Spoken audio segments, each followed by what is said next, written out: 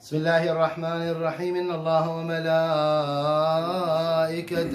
يصلون على النبي يا أيها الذين آمنوا صلوا عليه وسلموا تسليما. اللهم صل على محمد وآل محمد. أدم الصلاة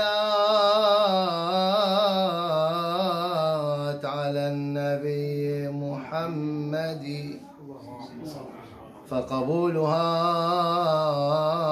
حتما بدون تردد. أعمالنا بين القبول وردها إلا الصلاة على النبي محمد. اللهم صل على محمد وآل محمد. بلغ العلا بكماله،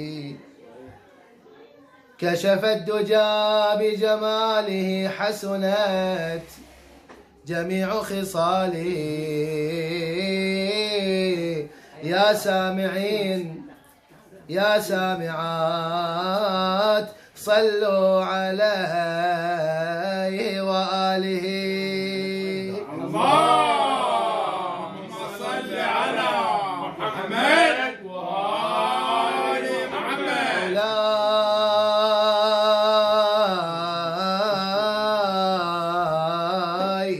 يا صاحب الأمر عجل فديتك إننا غرباء. يا سيدي وقلوبنا رمضاء،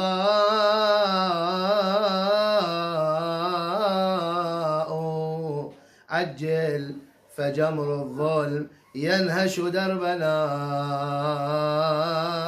متوحش أنيابه حمراء. اللهم صل على محمد وآل محمد.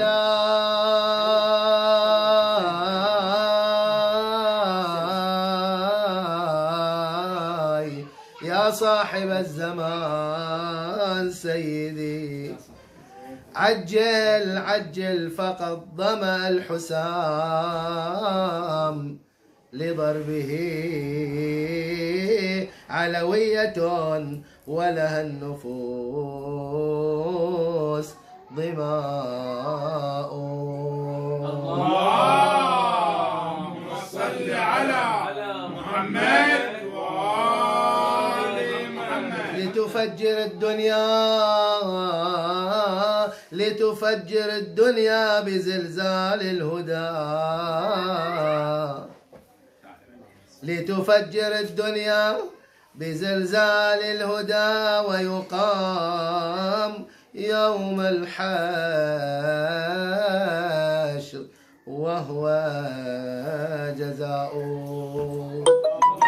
اللهم صل على محمد وآل محمد. الدهر جار وعنا. هاي الأبيات للسيد الهندي رحمه الله في مولانا الإمام الحجة عجل الله تعالى فرجه الشريف. يقول الدهر جار وعنا العدل قد ضعنا، وكم أردنا الليالي دونك المحنة، تاقت إلى صبحك الميمون أنفسنا يا صاحب العصر. يا صاحب العصر أدركنا فليس لنا ورد هني ولا عيش لنا رغد. لم يبق دونك يا مولاي أي أمل يرجى لصب قعود، فعود الصبر منه رحل. تمسي نمسي ونصبح والقلب اعتراه وجل. طالت علينا ليالي الانتظار فهل يا ابن الزكي لليل الانتظار غدو. اللهم صل على محمد وآل محمد. ولد الزمان بنور هذا المولد ميعاده يا حبذا من موعدي، فمتى ينادى في الحطيم بمكة قد قام قائم آل بيت محمد. اللهم صل على محمد وآل محمد. مبارك لكم ولادة الإمام الثاني عشر من أئمة أهل البيت الخاتم الحجة المنتظر عجل الله تعالى فرجه الشريف، لكم ولعموم الأمة الإسلامية وعلى رأسها الفقهاء العظام والعلماء الأعلام وجميع شيعة أمير المؤمنين صلوات الله وسلامه عليهم أجمعين. في الدعاء اللهم في دعاء الافتتاح اللهم إنا نرغب إليك في دولة كريمة تعز بها الإسلام وأهله وتذل بها النفاق وأهله، وتجعلنا فيها من الدعاة إلى طاعتك والقادة إلى سبيلك، وترزقنا بها كرامة الدنيا والآخرة. هذا الدعاء مقطع من دعاء يقرأ في كل ليلة من شهر رمضان، دعاء الافتتاح في نهاية الدعاء، ونأمل أن نحظى ونتشرف بهذه الدولة المباركة، دولة الإمام المهدي عجل الله تعالى فرجه الشريف السعيد. كل إنسان يوفق في هذه الدولة فهو من السعداء، وأي سعادة هذا وأي سعادة هذا. الأئمة كلهم يتمنون أن يحظون بطلعته المباركة الشريفة صلوات الله وسلامه عليه. هذه الدولة المباركة التي هي أفضل الدول، كيف أنها أفضل الدول؟ كيف أنها أفضل الفترات؟ ودولة الحق التي بزغت هي دولة النبي الأكرم محمد. اللهم صل على محمد وآل محمد. هي دولة مباركة كريمة أخرج الله سبحانه وتعالى العباد من الغواية إلى الهداية، من الظلمات إلى النور، بتلك البعثة المباركة التي ابتعث بها النبي صلى الله عليه وآله وسلم. ابتعث النبي مو فقط لأجل الصلاة والصيام، وإن كان هذه عبادة وهي أعلى العبادة هي الصلاة. يقول رسول الله محمد اللهم صل على محمد وآل محمد صلى الله عليه وآله وسلم: الصلاة عمود الدين، إن قبلت قبل ما سواها، وإن ردت رد ما سواها. إذن كيف أن دولة الإمام أفضل من دولة النبي صلى الله عليه وآله؟ تستطيع أن تقول وأنت مطمئن، تستطيع أن تقول وأنت مطمئن بأن دولة النبي صحيح أنه أخرج الناس من الظلمات إلى النور، صحيح أنه أخرج الناس من الغواية إلى الهداية، صحيح أن النبي صلى الله عليه وآله وسلم جعلهم ملوكا بعد أن كانوا حفاة عراة يأكلون القدة والورق، اللحم الخايس المجفف على قولتنا، زين، كانوا يشربون الطلق كما عن الزهراء صلوات الله وسلامه عليها في خطبتها المشهورة تقول: كنتم هذا بهالصورة هذه، زين. الطرق شنو؟ الحفر التي هي في الصحراء وفيها من الماء وفيها بول البعران وبول الجمال وبول البقر وبول الناس أيضا، كانوا يشربون هذا، يأكلون هذا، كانوا من الغواية إلى درجة أنه إذا ولد للرجل بنت كان يدفنها حية بهذه الصورة. حتى القرآن ذكر هذه الأمور. وإذا الموءودة سئلت بأي ذنب هذه عيشتهم السلب والنهب. السلب والنهب. القبيلة القوية تهجم على القبيلة الضعيفة فتقتل الرجال وتهتك الأعراض وتسبي النساء. بهذه الصورة كان عيشهم. والحروب على أتفه الأسباب، داحس والغبراء، فرس سبقت فرس فدامت سنين داحس والغبراء. غيرها من الحروب التي حاربوا بعضهم بعضا. حرب البسوس على أتفه الأسباب. حرب البسوس، تدرون أن البدو كل مكان فيه ماء وكلأ، فيه ماء وكلأ ينزلون عنده. مو لهم لا الماء لهم ولا الكلأ هذا اللي ينبت على ماء المطار أيضا مو لهم. أي مكان يشوفون كلأ وماء، ماء وكلأ ينزلون عنده. فإذا نزلوا عنده خلاص صار هذا لهم، وداير ما داير أيضا هذا الأمر لهم.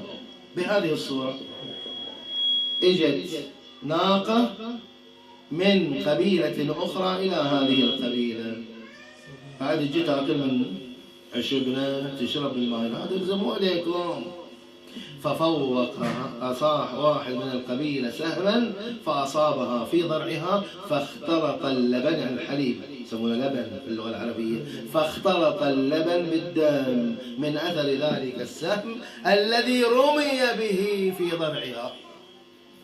تعال يتعدى علينا، يتعدى علينا وعلى فدار. قام هذه القبيلة تقتل من القبيلة الثانية والثالثة، وما خرجت إلا ببعثة النبي محمد. اللهم صل على محمد وآل محمد. هذه أوضاعهم، هذه أحوالهم، هذه دولتهم. بينما دولة الإمام المهدي لا، يخرج، اسمع، يخرج فيملأ الأرض قسطا وعدلا بعدما ملئت ظلما وجورا. الله، يعني دولة الحق. تدرون دولة النبي بعد ما يخالف، دولة النبي فيها نفاق، فيها كفر، فيها زندقة، فيها ما فيها. سورة كاملة باسم المنافقين، آيات متناثرة كثيرة باسم المنافقين. وما للمنافق في الدنيا والآخرة من بلاء ومن ذنوب ومن سيئات. الروايات كثيرة أيضا بهذا المعنى للمنافقين. الكفر على أوجه قاتلهم النبي، قاتل المشركين وقاتل المنافقين. بينما دولة الإمام المهدي في سورة في القرآن، الشيء يذكر في سورة في القرآن، والعصر إن الإنسان لفي خسر. أي عصرين هذا؟ يقسم رب العباد بأي عصر؟ يقال بأنه هناك أقوال كثيرة منها عصر النبي، لأنه عصر البعثة وعصر ظهور وانبعاث الدولة المباركة. السلام. ومنها أن العصر المعروف، ومنها أنه الداهر، ومنه أنه الزمان. أقوال كثيرة. ومنه من هذا التفسير دولة الإمام الحجة المنتظر لذكره الشرف والصلوات. اللهم صل على محمد وآل محمد صلى الله عليه وآله وسلم. ليش؟ أنها الدولة المباركة التي يقسم بها الجليل جل وعلا في سورة العصر هي دولة المهدي. يقول لنا دولة المهدي على قولتنا دولة بحارنا صافية مصفية، ما فيها ظلم، ما فيها إجحاف، ما فيها تعدي، ما فيها كفر، ما فيها فقير، ما فيها أمن وأمان. يخرج فيملأ الأرض. اسمع، تدرون شنو يملأ؟ الكاس شلون إذا خلوه في ماء أو في شربت أو في عصير إلى أن وصل إلى آخر الكأس من فوق، يقولون شنو؟ يقولون امتلأ، يقولون امتلأ. الإمام المهدي دولته يخرج فيملأ الأرض قسطا وعدلا كما بعدما ملئت ظلما وجورا. الدولة، خلنا أقول لك بس نقطتين مهمتين في هذه الدولة. تدري بأنه لا فقير في وقته وزمنه، ماكو فقير، إلى درجة يطلعون الناس صدقاتهم أخماسهم فيرمون بها على أبواب دورهم، ما في لها أحد يطلبها. الله الله، شنو من دولة هذه؟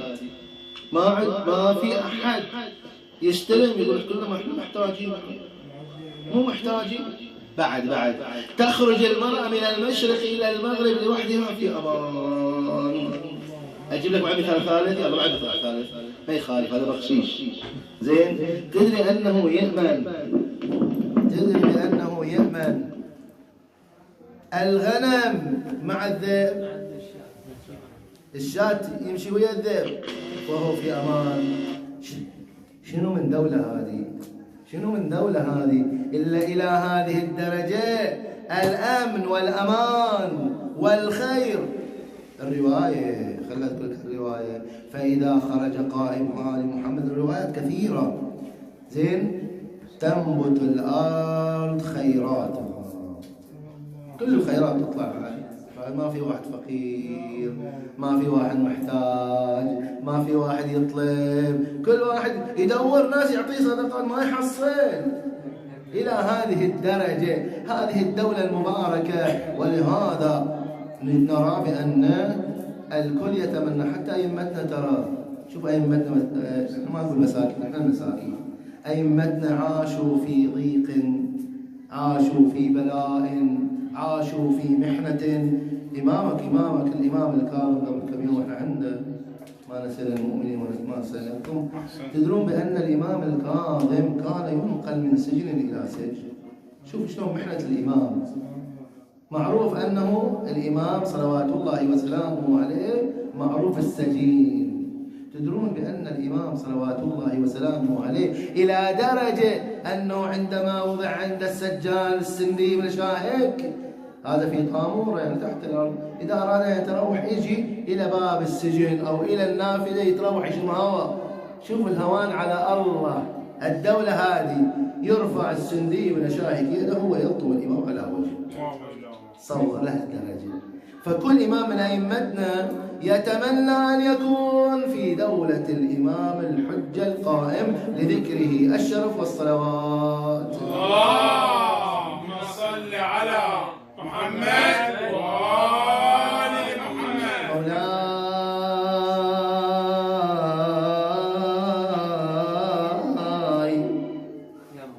مولاي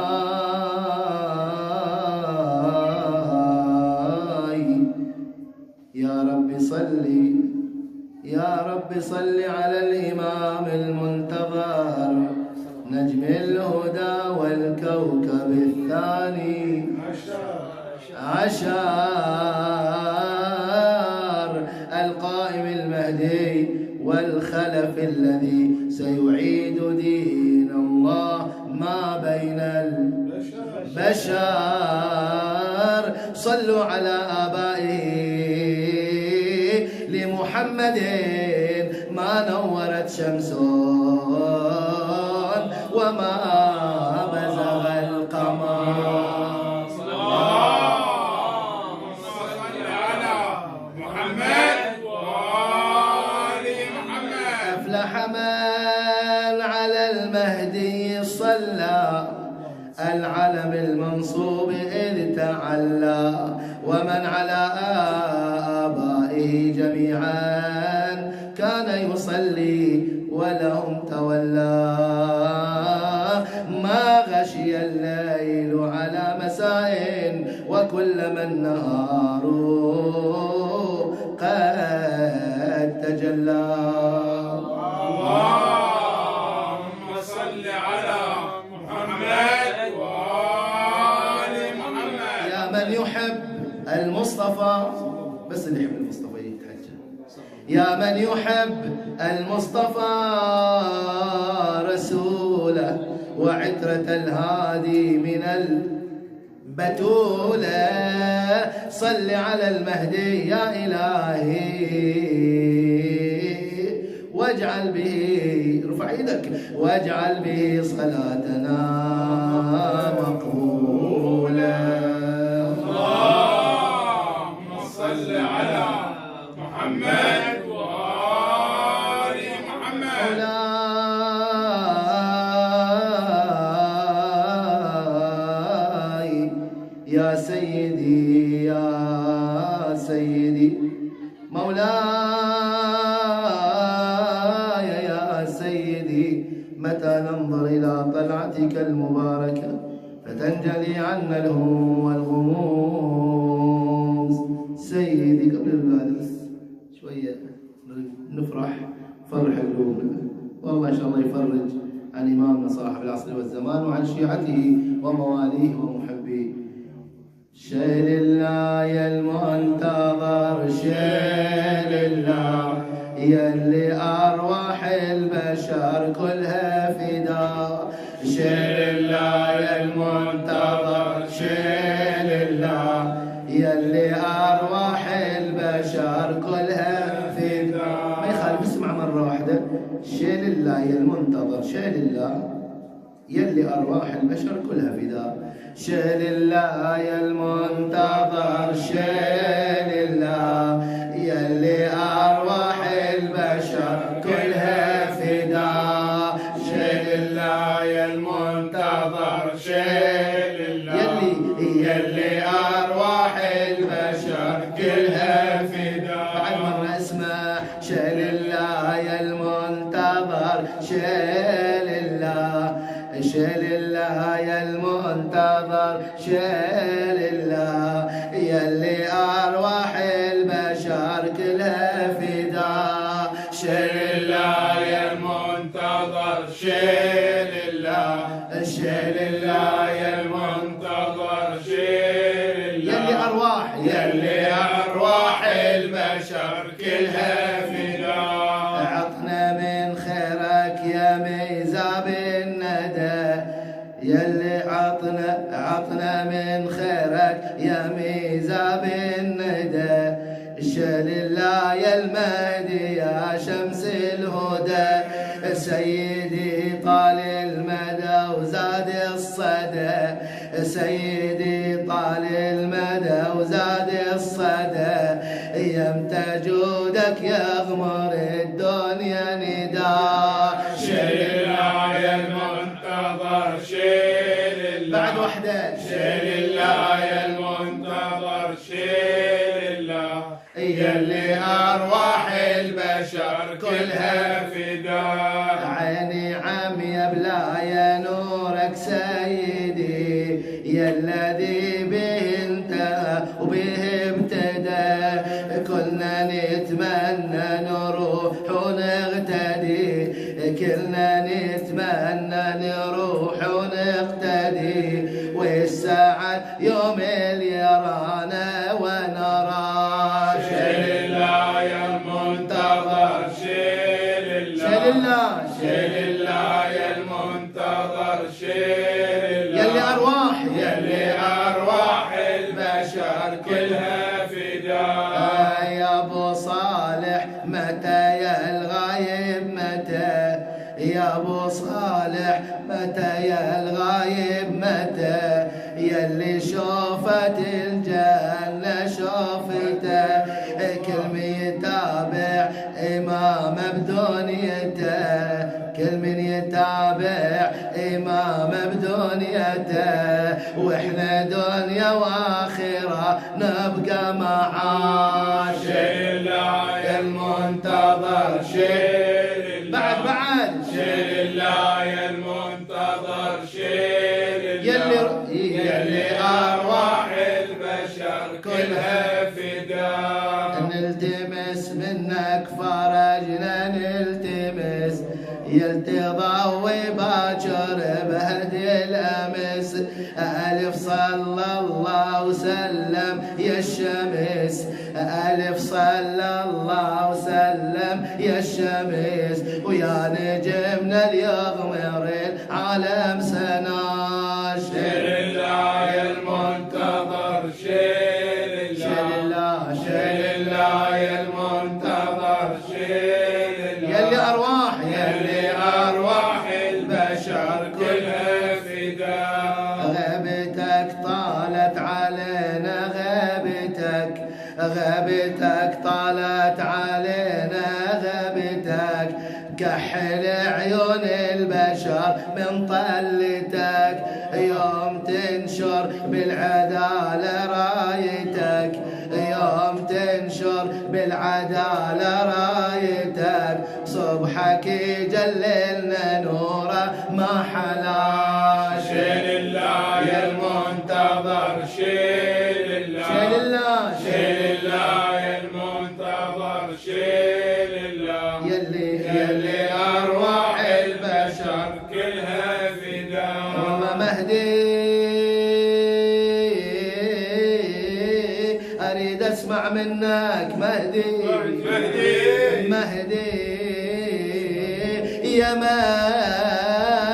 جدك اللي منقذ ومهدي تنقرب الاثنين انت وجدك يا من القراءة الثانية يا من جدك اخلاصك اقدامك يعني يا من جدك اللي منقذ لا تبصرون يلا انتم ناجحين يلا خلينا نكمل يا من جدك الي منقذ ومهدي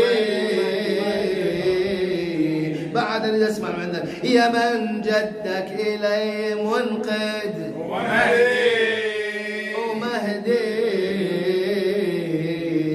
انت بعد قول مو بس انا اقول احبكم من صغر سني ومهدي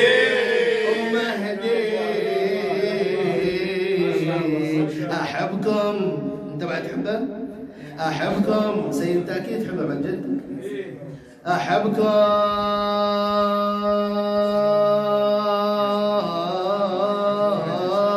احبكم من صغر سني ومهدي دخيلك انا اول واخريه اللهم صل على محمد وآل محمد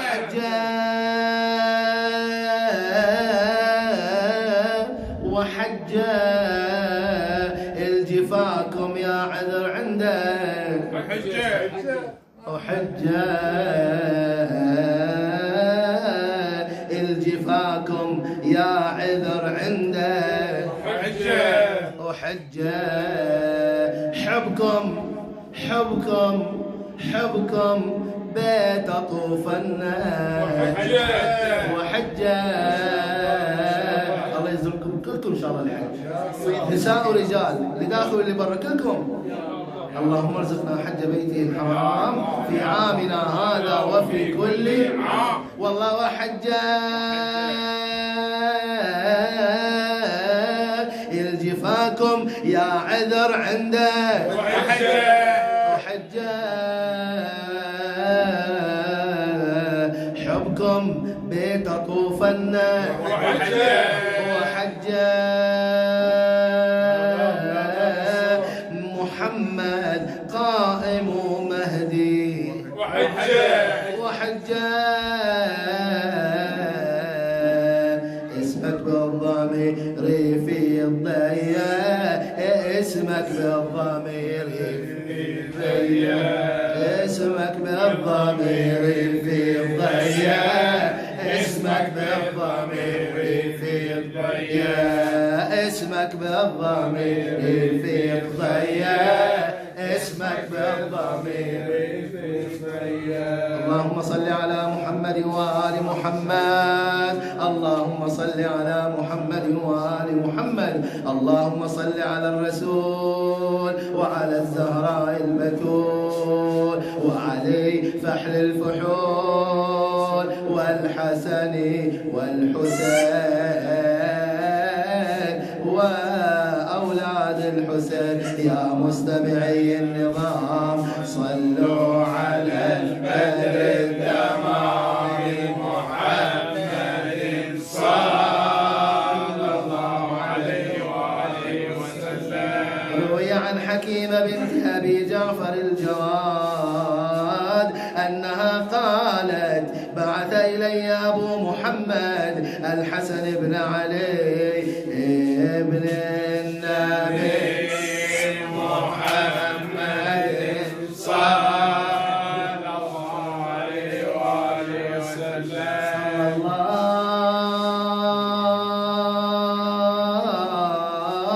على محمد وعلى آل محمد.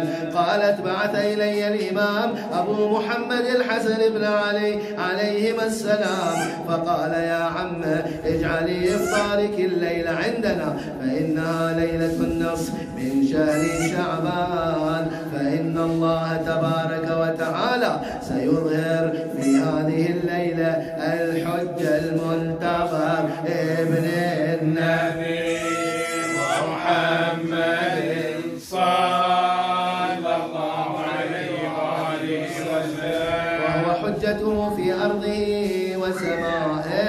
قالت فقلت له ومن أمه؟ قال لي نرجس. قلت له والله جعلني الله فداك ما بها أثر يعني ما عندها أثر للحمل. فقال هو ما أقول لك.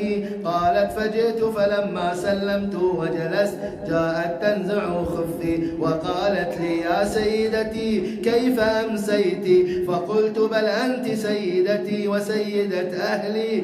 هذه أم الإمام. قالت فأنكرت قولي وقالت ما هذا يا عم؟ قالت فقلت لها يا بني إن الله تبارك وتعالى سيهب لك في ليلتك هذا غلاما سيدا في الدنيا والآخرة.